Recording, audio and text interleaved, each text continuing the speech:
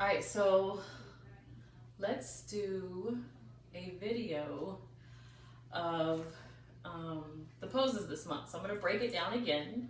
I see a lot of people participating, and I love seeing the growth and the openness in everyone as they do these challenges each month. However, I want everyone to practice safely. So here's that speech that you give as a caring yoga instructor. Remember to stay in your space, on your mat, in your body. And here is why. You can injure yourself if you're doing something before your body is ready. So when we give these poses each month, we give some modifications. And that way, if you're not ready for a certain pose, then stick with the modification. You might have to do the modification just for 5 days, and then all of a sudden your body opens up and you're doing something different. Or maybe the entire 30 days you stick with the modification, and maybe it takes another 3 months, 3 years before you're able to get certain poses. But honor that. Like when you find yourself in a pose that you feel like your body is not ready for, fall in love with that, because there's so many other poses that you are ready for. But search and go mentally, go physically, go emotionally to figure out what's going on within your body that needs to shift, change, open, release, whatever it may be to get a pose. So here we go. I'm going to break it down again. So today in my post, I did a modified split. That's actually because I had on these pants and they just were not stretchy and flexible enough to do a full split. But it was also to show you that you don't have to drop down into a full split day 1, day 2, day 15. So do the modifications if you need to. Bridge is actually a more beginner pose for wheel. So if wheel is too intense for you, stick with the bridge. You don't have to do wheel at all. So let me break down a few of these. Dolphin seems to be pretty great for everyone that I see joining in this challenge. So let's remember, dolphin is the same flow as downward dog. We're just lowering down to the forearms. So in your dolphin, what you're looking for is to start to gain some flexibility in the back of the legs, and then also some strength in that upper body. Because as you ground your forearms and curl your toes under and press your hips up, you want to start to be able to walk in. The goal is to be able to find that spot, that moment where you can drop the heels and lower down. But if you need to walk way back here and this is your dolphin for now, that's perfectly fine. Experience it. Do not take your body to a place where you're feeling pain, where you're falling over, where you're feeling just dangerously unsteady in the body. So that's your dolphin. Your splits. So again, I cannot do a full split in these pants, but if you can do a full split, lower all the way down into the full split. Make sure you're sitting in the center of your body, not shifted to one side. If you're still working on a split, take one foot forward. These pants are tight. Slide the other leg back. And what you want to do is you don't want to be up here in this box shape, but you want to really push the hips forward so you start to open up the hips and really be able to sink into this pose. You can place the hands on the ground. If you have yoga blocks, use yoga blocks. Always give an option of hands on the hips or arms to reach all the way up. But you're going to have to spend some time here, some days here, to get this flexibility to eventually drop down into a split. If you feel like you need a release for a moment, you can shift it on back.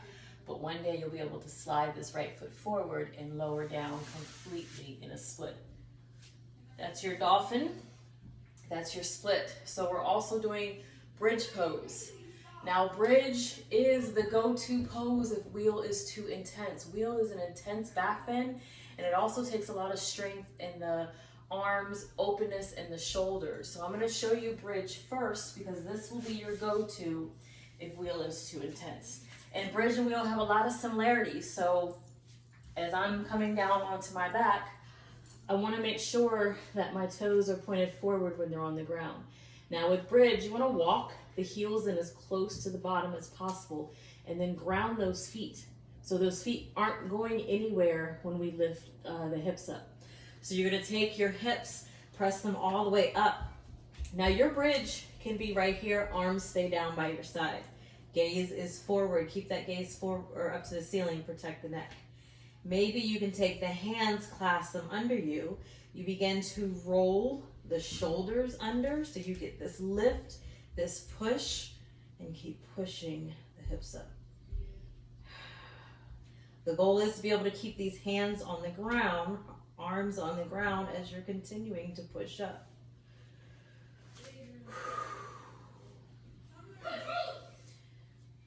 Take a break before I do wheel. So wheel makes it a little bit more intense, but same thought process. Toes are pointed forward, feet are about hip distance apart. Once you ground these feet and go to push up, the feet don't move. Don't start to turn the toes out. Try to keep those feet really grounded. So hands come back above the shoulders. The fingers are pointed to you. Now, for some people, even to be able to bring the hands here is too intense. If that's too intense for you, stick with the bridge. That's your pose for now. So wheel, fingers point back to you. You want to really find some breath here. So nice long inhales and exhales. Now when I push up, my hands and my feet do not move. So I push. Once you are up, then maybe you start to adjust a little bit. Maybe you find you can walk your feet in, walk your hands in closer. Maybe you need to walk them out, get more space. But my toes are pointed forward, feet are flat on the ground. So notice how my shoulders are pushing towards to come over my wrist. So I'm seeing a lot of people go up into this pose, and I don't even know how, but somehow your hands are way back here and you're pushing up with hands way back here. So hands need to come down above the shoulders, and once you push up, you want to try to keep the shoulders stacked over the wrist. The goal is to imagine that someone is standing behind you. If you were in bridge the same way I just was, this is so weird not having a student. I can't wait to get back to class. But imagine you were in in wheel the way that I just was. And you want to imagine that I would be able to come behind you, place my hands under about the upper part of your body and give you this shift so that your heart shifts forward and your shoulders open more, but you have the strength and the ability to keep pushing up. So those arms have to get straight. You want to really, really, really push up, open the heart, open the back. Guys, that took me all over the place. Hey, if wheel is not for you, honor that. I would so rather people honor what is and what isn't for them rather than to get hurt. And that's not just in yoga, like that's in everyday life.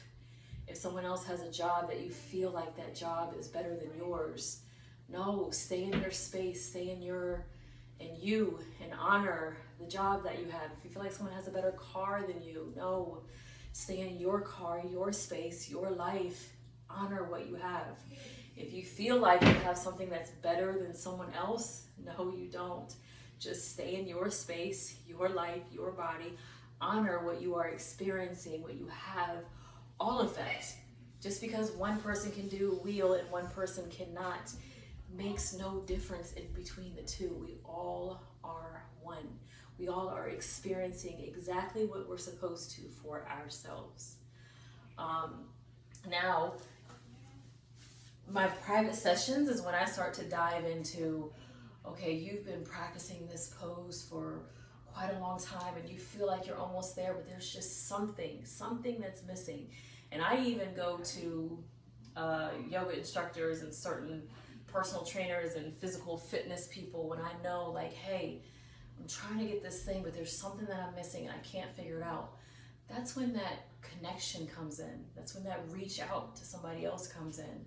So that's what most of my private sessions gives you, that great opportunity, because then it's, okay, hey, shift left, shift right, shift forward. Let me help you. Let me put my hands on you and touch you and open you up a little more. Or let's dive a completely different route, and maybe there is something emotional and mental, something from the past, some type of fear or something that you have to let go of.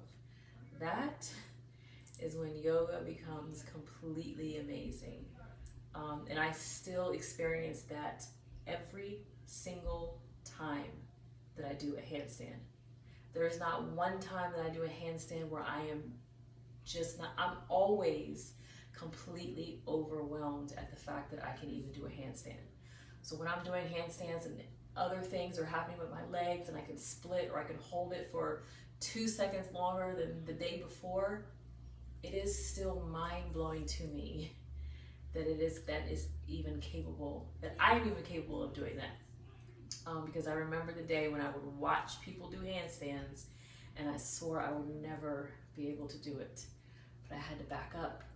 I had to stay in my lane, my zone, my body, my mat, my life, my mental. And so handstands tell me a lot about me. A lot about me. And when I can't kick up into them and float and stay there and hold it, in my mind, I'm having this conversation with myself. Like, what is really going on, Ebony? Because you know you can do a handstand, so what's really going on? And that, a lot of times, is what we don't want to face. And that could be the very thing that is keeping you from any pose, really. Anything in life, really. So remember that. The beauty of yoga on the mat transitions right off the mat and into your everyday life. So please, please, please, I love seeing you guys doing these poses and following along and reaching out.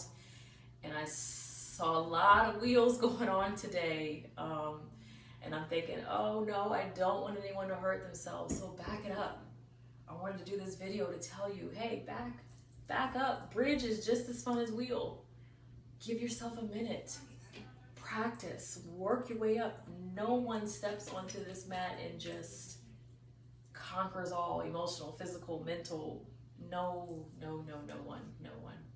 So experience it. You have 30 days. You have this month. And if you have not joined us yet, then hey, hop on, join in. I'm posting on Facebook and I'm posting on my Instagram. Michelle is joining along with me and doing this as well. So follow us, reach out, ask questions, have an amazing time.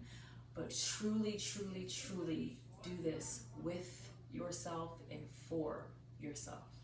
Namaste.